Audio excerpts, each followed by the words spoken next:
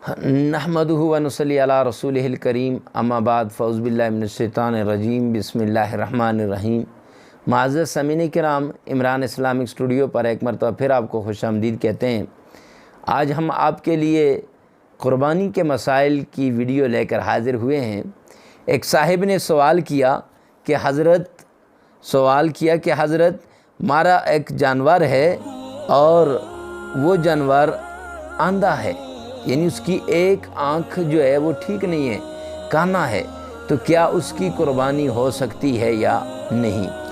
तो मेरे भाई ये याद रखना कि जब उज़ू में से कोई आधा उज़ू या पूरा उज़ू कट जाए या ज़ाइल हो जाए या ख़त्म हो जाए या ख़राब हो जाए तो ऐसे जानवर की कुर्बानी नहीं हो सकती।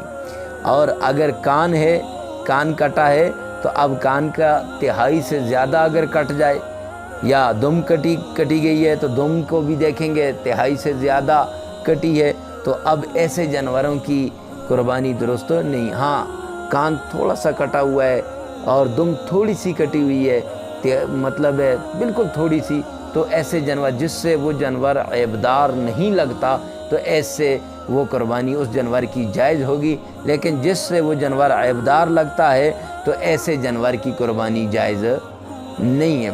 फिर एक साहिब ने सवाल किया, हज़रत मेरा एक जानवर है, उसके सींग बचपन से हैं ही नहीं, सींग नहीं है, तो क्या ऐसे जानवर की कुर्बानी होगी। यानी बाज़ लोगों ने वो किया ना कि भाई जिस जानवर के सींग टूट जाएं तो उसकी कुर्बानी नहीं होती, तो उस वजह से उसने ये सवाल किया। सादा लोग होते हैं। तो मेरे भाई जिस जानवर के सींग टूट जाएं और तो उसकी तो अगर तिहाई से ज़्यादा टूट गया तो उसकी तो नहीं होती, लेकिन अलबत्ता अगर जड़ से निकल गया उसका सींग तो उसकी तो कुर्बानी नहीं होती। लेकिन अलबत्ता अगर बचपन से सींग है ही नहीं तो ऐसे जानवर की कुर्बानी जायज़ है, क्योंकि ये उसके लिए ऐबदार नहीं है। तो अल्लाह रब्बुल इज़्ज़त से दुआ है कि अल्लाह रब्बुल इज़्ज़त हम सब को अमल की तौफ़ीक अता फ़रमाए।